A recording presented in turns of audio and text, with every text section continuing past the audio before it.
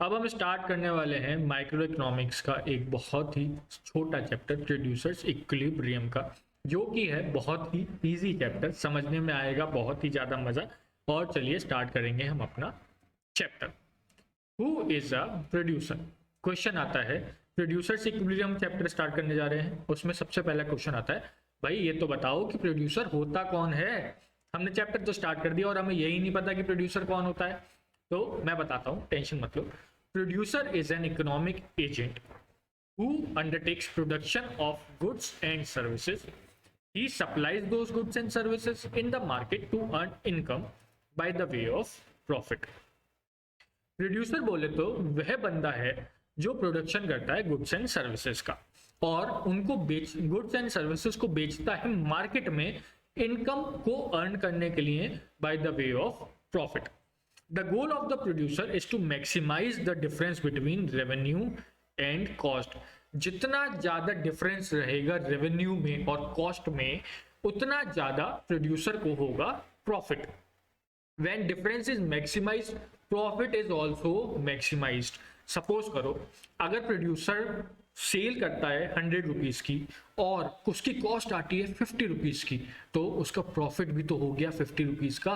जितना ज्यादा difference profit में मतलब रेवेन्यू में और कॉस्ट में, उतना ज्यादा प्रोड्यूसर को होगा प्रॉफिट। तो हमारा प्रोड्यूसर्स इक्विलिब्रियम भी यही कहता है। Producers equilibrium refers to a situation of profit maximisation. A producer strikes his equilibrium at the level of output where profit is maximized. तो बोले तो प्रोड्यूसर्स इक्विलिब्रियम वह सिचुएशन है जिसमें प्रोड्यूसर का प्रॉफिट सबसे ज्यादा होता है। इस कंडीशन में सब प्रोड्यूसर सबसे ज्यादा प्रॉफिट मैक्सिमाइज करता है। उसके अलावा इतना ज्यादा प्रॉफिट किसी और पॉइंट पर नहीं होता। At any other level of output other than equilibrium output would mean lower profit. इस ही पोजीशन पे मैक्सिमम प्रॉफिट होता है। Profit is calculated as the difference between TR and TC। अब TR एंड TC बोले तो total revenue minus total cost, ये हमारा प्रॉफिट का फॉर्मूला होता है। तो आइए सबसे पहले जो मैंने अभी बात कही उसको समझते हैं, प्रोड्यूसर्स इक्विलिब्रियम को, कंडीशंस ऑफ प्रोड्यूसर्स इक्विलिब्रियम। मैंने जो कही है मैं उसको प्रूफ भी करूंगा कि इस पॉइंट पर हमारे प्रोड्यूसर को मैक्सिमम प्रॉफिट होता है। So a producer strikes his equilibrium and maximizes his profit when the following conditions are satisfied. Marginal revenue is equal to marginal cost. MR is equal to MC और MC should be rising when MR is equal to MC. हमारी cost बढ़नी चाहिए, उसके बाद जब हम अपनी main quantity पे आउटपुट पे पहुंच जाएं, उसके बाद हमारी कॉस्ट बढ़नी चाहिए। और AR price is more than or equal to average variable cost. When these conditions are satisfied, the difference between TR and TC is maximized, implying maximization of profit. जब प्रोड्यूसर हमारा इस तीन कंडीशंस को satisfy कर देगा तो वो उस पॉइंट पे आउटपुट पे पहुंच जाएगा कि वहां पर मैक्सिमम प्रॉफिट होगा। चलिए एक टेबल से, एक डायग्राम से, एक एग्जांपल से मैं अपनी बात को कहने की कोशिश करता हूं, आपको समझाने की कोशिश करता हूं। अब ये एक टेबल है, इसमें यूनिट्स हैं 1 2 3 4 5 6 7 8 9 10 11। रेवेन्यू सबकी सेम है, कॉस्ट सबकी अलग अलग है। अगर वो 1 यूनिट प्रोड्यूस करेगा तो कॉस्ट आएगी 15 की, 2 यूनिट्स करेगा तो 12 की, 7 करेगा तो 8 की कॉस्ट आएगी, 10 यूनिट्स प्रोड्यूस करेगा तो 12 की आएगी, 11 यूनिट्स प्रोड्यूस करेगा तो 15 की कॉस्ट आएगी। अब प्रोड्यूसर को अगर इक्विलिब्रियम को हासिल करना है, मतलब उस पॉइंट पर पहुंचना है जहां उसको मैक्सिमम प्रॉफिट मिले, तो उसको ये तीन कंडीशंस जो हैं वो सेटिस्फाई करनी पड़ेंगी। चलिए देखते हैं कि प्रोड्यूसर कौन से पॉइंट पे ये तीन कंडीशंस को सेटिस्फाई कर रहा है।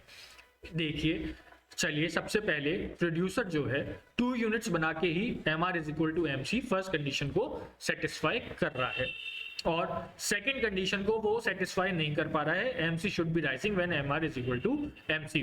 कॉस्ट बढ़ नहीं रही, कॉस्ट कम हो रही है, इसका मतलब प्रोड्यूसर अभी उस पॉइंट पर नहीं पहुंचा है कि उसको मैक्सिमम प्रॉफिट हो जाए। चलिए देखते हैं, प्रॉफिट निकाल लेते हैं ना, पता चल जाएगा मैक्सिमम प्रॉफिट है कि नहीं है।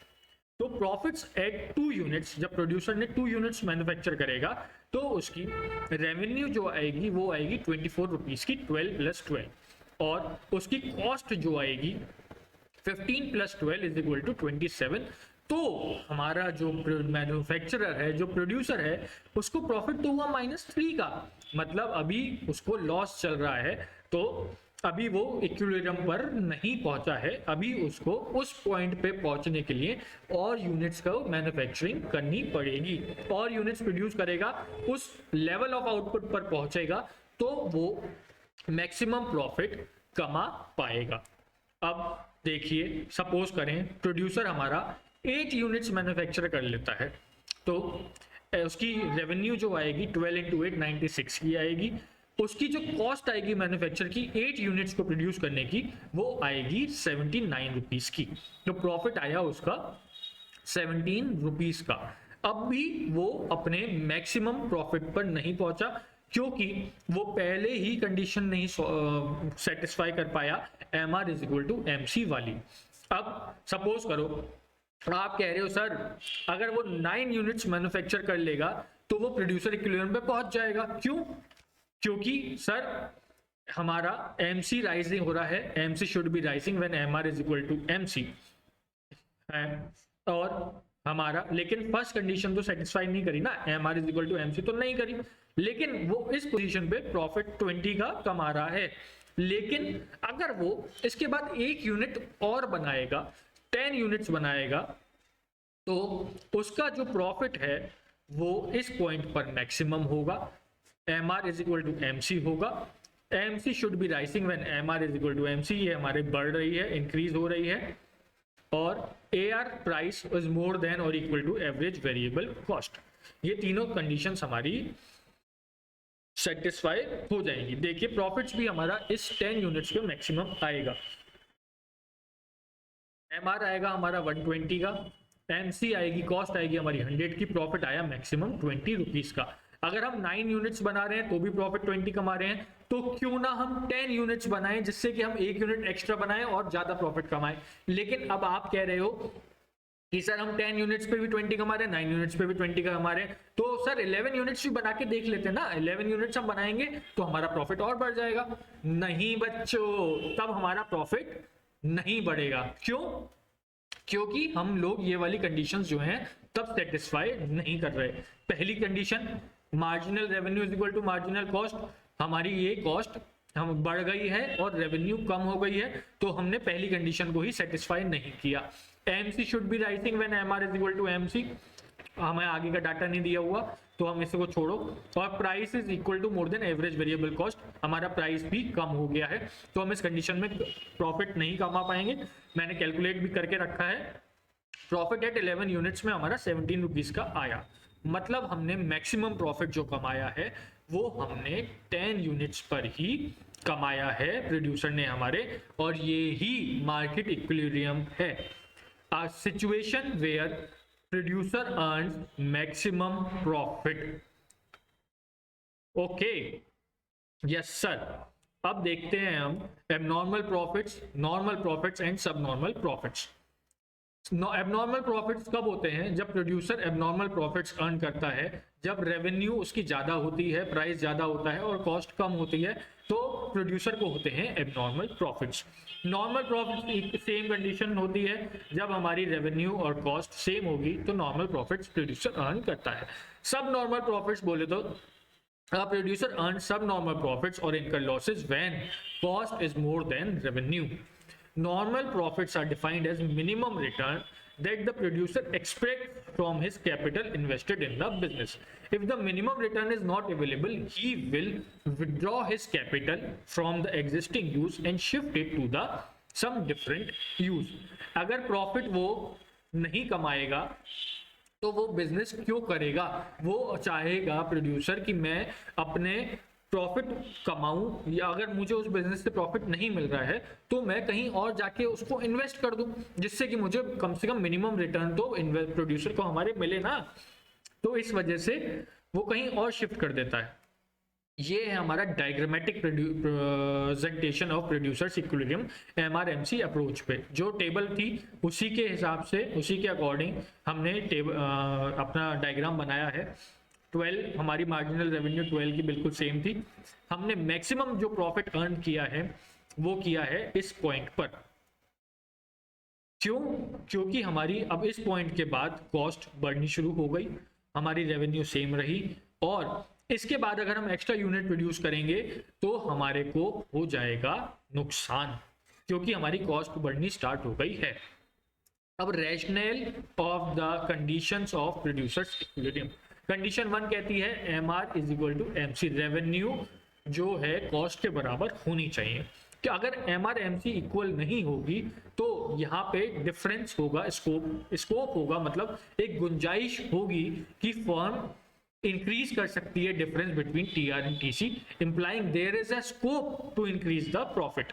अगर एमआर एमसी के इक्वल नहीं होगा तो एक कहीं ना कहीं गुंजाइश रह जाएगी कि प्रोड्यूसर जो है वो प्रॉफिट को इंक्रीज कर सकता है। अगर एमआर ज्यादा रहेगा एमसी से, हमारा रेवेन्यू ज्यादा रहेगी, कॉस्ट कम रहेगी, तो एडिशनल यूनिट्स मैन्युफैक्चरिंग कर सकते हैं, जिससे कि हमारे एडिशनल रेवेन्यू हमें होगी, कॉस्ट हमारी कम होगी, तो हम आउटपुट को बढ़ा के प्रॉफिट को राइज कर सकते हैं। अगर हमारी कॉस्ट ज़्यादा होगी और रेवेन्यू कम होगी तो हम एडिशनल यूनिट्स मैन्युफैक्चर नहीं करेंगे, हम आउटपुट को कम कर देंगे, जिससे कि हमारा प्रॉफिट इंक्रीज हो जाए। फिर है condition 2, at the point of equilibrium MC should be rising. If cost is not rising but falling at the point of equilibrium, the firm should be enjoying increasing factor to a return. Stopping output when returns are rising, MP is increasing or MC is falling, would amount to losing profits, which the firm can earn by increasing the output. At the point of equilibrium, AR is equal to or more than average variable cost. If the producer is not able to cover even his variable cost, it would be totally irrational to undertake production. अगर आप लोगों को chapter नहीं समझ में आया हो या कोई भी दिक्कत हुई हो तो आप मुझसे बिल्कुल बेहिचक पूछ सकते हैं, और अगर आप लोगों को चैप्टर समझ में आया हो तो आप इसकी एक्सरसाइज करके देखें कि आप लोग एक्सरसाइज को सॉल्व कर पा रहे हैं या नहीं कर पा रहे हैं। अगर आपने एक्सरसाइज सॉल्व कर ली, इसका मतलब आपको चैप्टर अच्छे से समझ में आ गया, और अगर आप एक्सरसाइज सॉल्व नहीं कर पा रहे हैं तो कहीं ना कहीं आपको थोड़ा सा डाउट है। तो अगर आपको डाउट है तो आप मुझसे पूछ सकते हैं या फिर मेरी वीडियो को दोबारा देख सकते हैं। Thank you.